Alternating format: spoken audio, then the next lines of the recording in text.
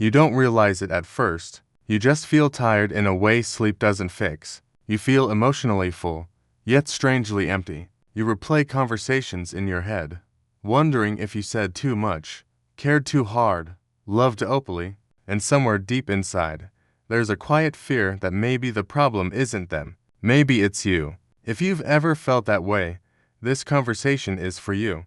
People who care too much rarely look broken on the outside. They're the ones who check in first, who notice the mood shift in a room, who remember details others forget. They are emotional translators in a world that often refuses to speak honestly. But what no one tells you is this: caring too much in just kindness. It's a psychological pattern, and behind it, there's a story your nervous system learned a long time ago. You weren't born caring too much. At some point, your brain learned that love equals attention, safety equals emotional awareness, and survival means staying one step ahead of other people's feelings. Neuroscience tells us that the brain wires itself around what keeps us safe. If, early on, you learned that being attuned, helpful, emotionally available, or easy to love reduced conflict or earned approval, your brain rewarded that behavior with dopamine and relief. Caring became protection. Empathy became armor. So now, as an adult, you feel responsible for emotional balance everywhere you go. You sense tension before words are spoken. You adjust yourself automatically. You give more than you're asked for, not because you're weak, but because your nervous system associates harmony with safety. This is not a flaw, it's an adaptation. But adaptations can outlive the environments they were built for. Here's the hidden truth most people miss. People who care too much are not desperate for love. They are deeply skilled at emotional labor. They just learn to give it outward before learning how to give it inward. Psychology calls this hyper-responsibility for others' emotions. It feels noble. It looks generous. But internally, it can slowly drain your sense of self. You start measuring your worth by how needed you are. You confuse being valued with being useful. You stay longer in situations that hurt because leaving feels like abandoning someone emotionally. And when someone pulls away, your mind doesn't ask, "Are they right for me?" It asks, "What did I do wrong?" That's not insecurity. That's conditioning.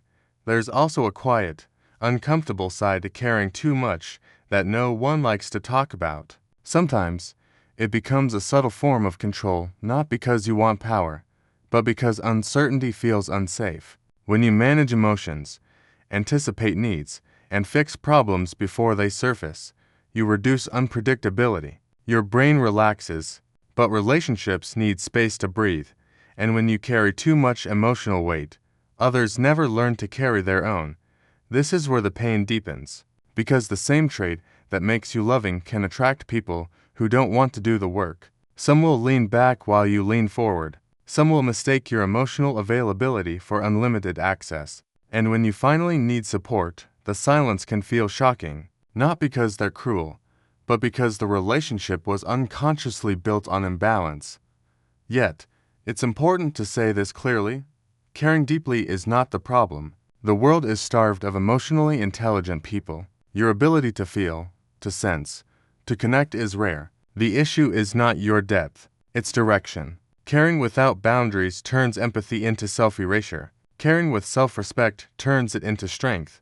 Behavioral science shows that people who overcare often struggle with something called emotional self-abandonment. You stay present for everyone else, but you leave yourself the moment conflict arises. You silence your needs to preserve connection. Over time, your body remembers. That's why anxiety shows up as tightness in the chest. That's why resentment appears out of nowhere. That's why exhaustion feels personal.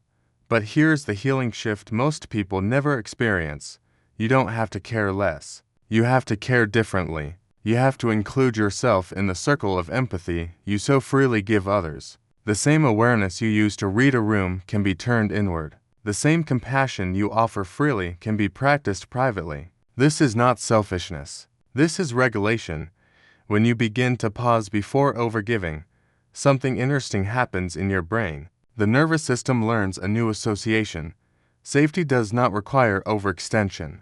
Love does not require self-sacrifice. And slowly, your relationships change. Not because you become colder, but because you become clearer.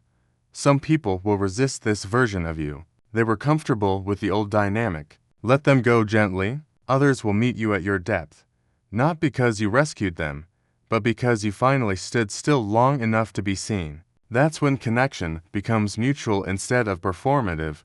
There's a quiet grief in this process. You may mourn the version of yourself who tried so hard, who believed love had to be earned through effort. Sit with that grief.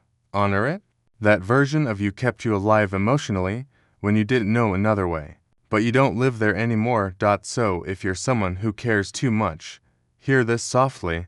You are not too sensitive, too intense, or too emotional. You are perceptive in a world that rewards numbness. The work now is not to shrink your heart, but to protect it, to stop pouring into people who never learned to pour back, to trust that you are worthy even when you are not fixing, saving, or holding everything together. And maybe tonight, as you sit with your thoughts, ask yourself this not with judgment, but with curiosity. What would change if you gave yourself the same care you've been giving everyone else all along?